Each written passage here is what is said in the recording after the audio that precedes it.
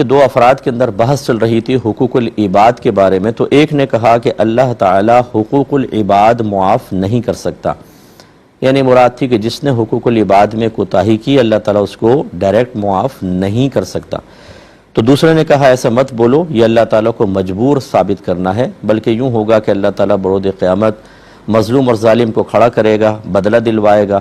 اگر ایسا ہوگا کہ اللہ نے ظالم کو بخشنا ہی ہے تو پھر مظلوم کو کہے گا تم دیکھو اوپر، وہ دیکھے گا، اس کو جنت نظر آئے گی، تو اللہ تعالیٰ وہ فرمائے کہ پوچھے گا اللہ تعالیٰ یہ کس کے لیے ہے؟ تو اللہ تعالیٰ فرمائے گا یہ اس کے لیے ہے جو اس کی قیمت ادا کرے۔ وہ کہے گا کون اس کی قیمت دے سکتا ہے؟ تو اللہ تعالیٰ فرمائے گا تم دے سکتے ہو، اور قیمت یہ ہے کہ اپنے بھائی کو معاف کر دو۔ وہ معاف کر دے گا اور دونوں جنت میں داخل ہو جائیں گے، یوں کہہ سکتے ہیں۔ تو اب یہ پوچھ رہے ہیں کہ بکر درست ہے یا زید، یعنی پہلے والا یا دوسرا والا؟ دیکھیں دوسرا والا بالکل درست ہے، پہلا والا جو کہہ رہا ہے اس کے کہنے کا انداز بالکل غلط ہے، اور یقیناً بے ادبی پر مشتمل ہے کہ اللہ تعالیٰ حقوق العباد کو براہ راست معاف نہیں کر سکتا، یہ غلط ہے۔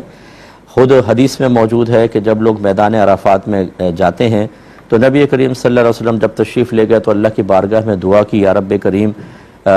میری امت کو بخش دے، تو اللہ تعالیٰ نے فرمایا کہ حقوق العباد کے علاوہ جتنی تیری امت نے کوتاہی کی ہوگی، یعنی میدان عرفات میں حاضرین نے کوتاہی کی ہوگی، میں نے ان کو معاف کیا۔ تو نبی کریم صلی اللہ علیہ وسلم نے ارشاد فرمایا کہ عرض کی کہ اللہ تعالیٰ ظالم کو بھی بخش دے، یعنی جس نے حقوق العباد میں کوتاہی کی اس کو بھی بخش دے، لیکن جواب نہیں ملا۔ پھر سرکار مزدلفہ آئے، پھر یہی دعا فرمائی، اور اس دفعہ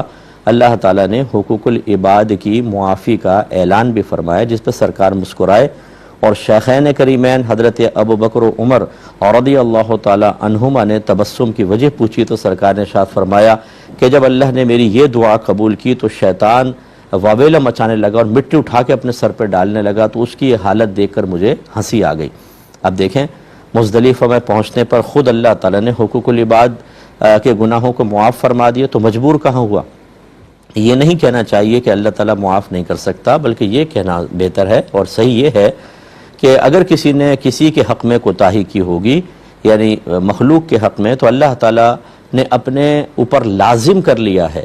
کہ جب تک مظلوم کو ظالم سے بدلہ نہیں دلوائے گا اس کو چھوڑے گا نہیں، بس اپنے اوپر خود لازم کر لیا۔